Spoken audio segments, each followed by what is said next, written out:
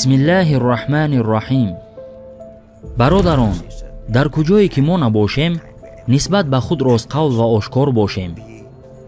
чӣ гуна имконпазир аст дар замони мо, дар ҷаҳони муосир ба баъзе гурӯҳи одамон иҷозат дода мешавад ки ҳар чӣ мехоҳанд бикунанд. ҳуқуқи асосии инсон, хусусан ҳуқуқи ибодат намудан ба Аллоҳро ман менамоянд. куҷост адолат? шумо дар бораи ҳуқуқи инсон, дар бораи адолат сухан мекунед? чӣ рӯй медиҳад? ё ин ҳама суханони хушк холӣ аст? ҳар як шахс ҳуқуқ дорад. ҳуқуқи ибодат ва эътиқоди худро эътироф намояд. шумо танҳо нигоҳ кунед, дар вақтҳои охир дар Масҷидул Ақсо чиҳо рӯй медиҳад. танҳо нигаристан дарднок аст. чӣ хел тамоми ҷаҳон хомӯш аст? куҷост ҳама сарварон? куҷоянд ҳама пешвоёни ҷаҳон? ҳамаи онҳо дар куҷоянд?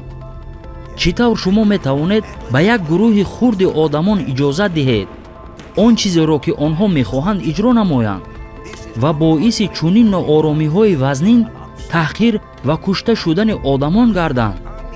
онро чӣ тавр таҳқир номидан мумкин нест, дар ҳоле ки одамон дар Масҷидул Ақсо ибодат менамуданд ва ногоҳ як лашкари мусаллаҳона зада даромада мардумро маъюб намуда ба оромиашон халал мерасонанд.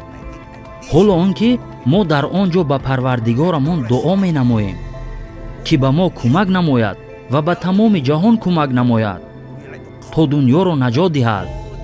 ва ин гурӯҳи мардум на ба занҳо, бачаҳо ва пиронсолон эҳтиром надоранд. мо ба ҳамаи одамон бо идроки нек муроҷиат менамоем, хоҳ мусалмон ҳастед, хоҳ не. биёед муттаҳид шавем, биёед ба ин беадолатиҳо хотима диҳем ва бигӯем бас аст, ҳамаи чиз ҳад дорад, то даме ки мо ба мусибатҳои ислоҳнашаванда нарасем. паёмбар саллаллоҳу алайҳи васалам фармуданд: агар шумо зулмро мебинед ва ҳеҷ амале намекунед ва ҳеҷ чиз намегӯед, пас ғазаби Аллоҳро интизор шавед ки ба сари ҳама хоҳад расид ва ҳама ба ҷазои дардовар гирифтор мешаванд. дар аввал ман мехостам ба пешвои мусалмонон муроҷиат намоям. шумо дар куҷоед? кай мо аз ин ғафлат бедор мешавем? кай мо ҳиссиёти худро, ҳисси ҳамдардии худро ба бародарони мусалмони худ ва ба ҳамаи инсонҳо нишон медиҳем? чӣ тавр хомӯш истодан мумкин аст? мо ҳатто наметавонем ба Масҷидул Ақсо нерӯ бифиристем, то ҳуқуқи мусалмононро ҳимоя намоем. бигзор ҳамаи моро Аллоҳ ҳидоят намояд. бигзор ҳамаи моро Аллоҳ дар паноҳаш нигоҳ дорад. бигзор Аллоҳи таоло ба моён раҳмати худ ва адолати худро нишон диҳад. мо аз дуо намудан боз намеистем. одамон ба Аллоҳ итоат мекунанд. шумо ҳамеша бо мо дар дуоҳоямон ҳастед. Ал-Ақсо ҳамеша дар қалбҳои мост ва мо дуо менамоем ки Аллоҳ ба тамоми оламиён қудрати худро ошкор кунад, дар ҳоле ки онҳо талаб менамоянд ки Аллоҳ қувваи худро нишон диҳад. пас вақти он расидааст ки аз Аллоҳ мо низ талаб намоем ки тамоми қудраташро ба мо нишон диҳад. бигзор Аллоҳи меҳрубон қурбониёни ин ҳодисаеро ки дар Масҷидул Ақсо дар ин моҳи мубораки Рамазон рӯй дода истодааст, мағфират намояд. ва бигзор Аллоҳи таоло ҳамаи шаҳидонро ҷамъ намояд ва дар куҷое набошад, модарони мо, падарони мо ва фарзандон ва касонеро ки дар Масҷидул Ақсо дил бастаанд ва ҳамаи мо мусалмонем.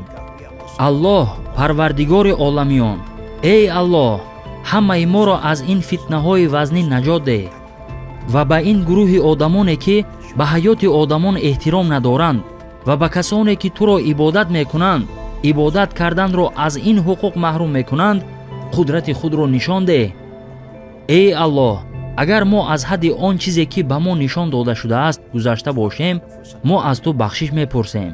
мо аз ту мепурсем ки қалбҳои моро пур аз имон гардон. мо барои он омадаем ки дар болои ҳақ устувор бошем. мо барои он омадаем ки ба инсоният осоиштагӣ оварем. эй Аллоҳ, нусрататро ба мо арзонӣ гардон. Аллоҳу акбар, Аллоҳу акбар, Аллоҳу акбар. لا إله إلا الله والله أكبر، الله أكبر ولله الحمد.